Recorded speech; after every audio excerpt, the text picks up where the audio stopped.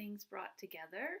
My name is Robin Love, and this is your online, ongoing exploration of bringing creativity into your life in small steps. I thought it would be a good idea to do a little short recap since we have some new people on board, which is super exciting. Thank you so much. It is much more fun to do this when I have a sense of somebody out there is actually watching. And I've gotten some great feedback. Thank you also for that. So just to take a minute and say, yes, your comments mean a lot to me and actually to everyone. And the point of doing this is to get a conversation started, not just for me to talk endlessly into the ether. Please feel free to share your experiences, make any comments. We want to hear. I want to hear.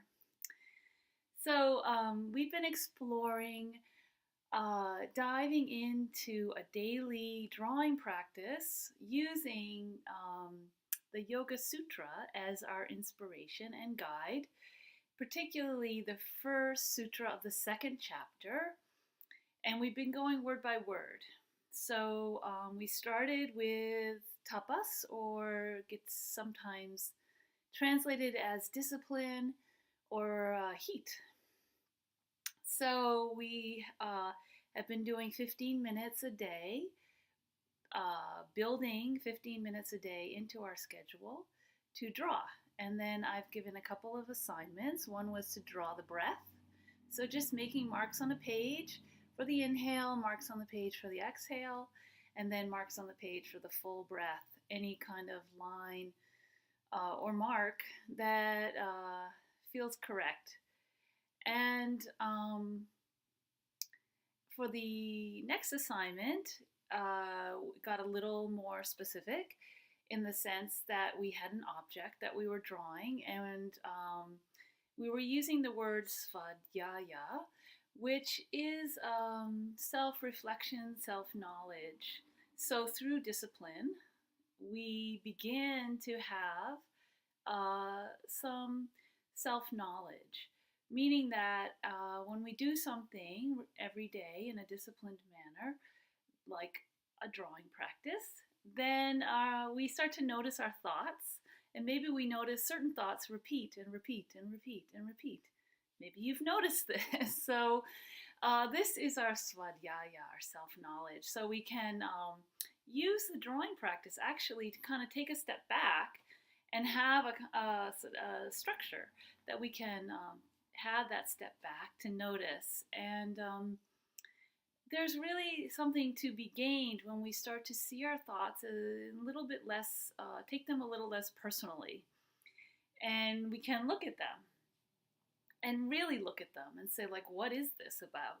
So for the second assignment, we started doing blind contour drawings. So you look at the object and just follow it with your eyes while moving your hand on the page to match where your eyes are traveling. So there's no goal in the sense of creating a drawing that looks like a recognizable image. It's really just an exercise. Scratch that. It's not just an exercise. It's a really important exercise in seeing and letting go of product of a drawing that is something. And so isn't that like a perfect metaphor for how we can work with our thoughts? So we see them, but we don't have a goal in mind. We're not out there to like crush them or to put them on a pedestal and worship them. So we just want to notice them. And this is svādyāya. We start to notice we have some patterns. And it's always good to notice, what are those patterns? And are they actually functioning in your life in a good way? It's a good question to ask. And so in the terms of our creative life, I've asked you also to make some notes of those patterns of thought that you may have noticed, or maybe you just note the thoughts and notice later there's a pattern, so that you can see what is it around art or creativity that comes up for you each time? So I did note I noted that in the first assignment, what came up for me was a kind of impatience. I got very impatient drawing the breath, and I had a lot of ideas around like wanting the lines to look like real and not contrived in a sort of artsy, artistic way. I like was fighting with myself a little bit not to make everything look pretty or like self-conscious in an artsy sort of way. So those were my thoughts that came up again and again and again. And then, we took a little more conscious effort to note those thoughts on the second assignment. So for me, what happened was that almost the opposite of the almost the opposite of the first assignment, where I was very concerned not to be self-consciously artistic. I was actually a little arrogant about thinking, I've been doing blind contour drawings for like 40 years. Really, I have to do another one? As if I knew already what it was going to be, what the experience was going to be, what the drawing was going to be. And yeah, it was really fascinating. And I immediately thought of that wonderful quotation of like how in the expert's mind the possibilities are few, whereas in a beginner's they are many. So I was really like closing the door on anything before I had even started. So for me, that was a good thing to notice. And I started actually noticing like, where else in my life do I do this? And is this not the goal of a creative practice of your life? So the attitude of svādyāya is not just for those 15 minutes, but of course, once we start, we have our tapas, we do it every day, we start to notice, well, of course, that becomes a new pattern in our body and in our mind, and maybe we begin to see it in other places. So I definitely started to see, where else in my life do I start to like know things? And yeah, and I think this is exactly the goal. And so maybe for you, it's the opposite. Maybe it isn't that you've been doing blind contour drawings for 40 years. It's that you've never done a blind contour drawing, and it's horrifying to you.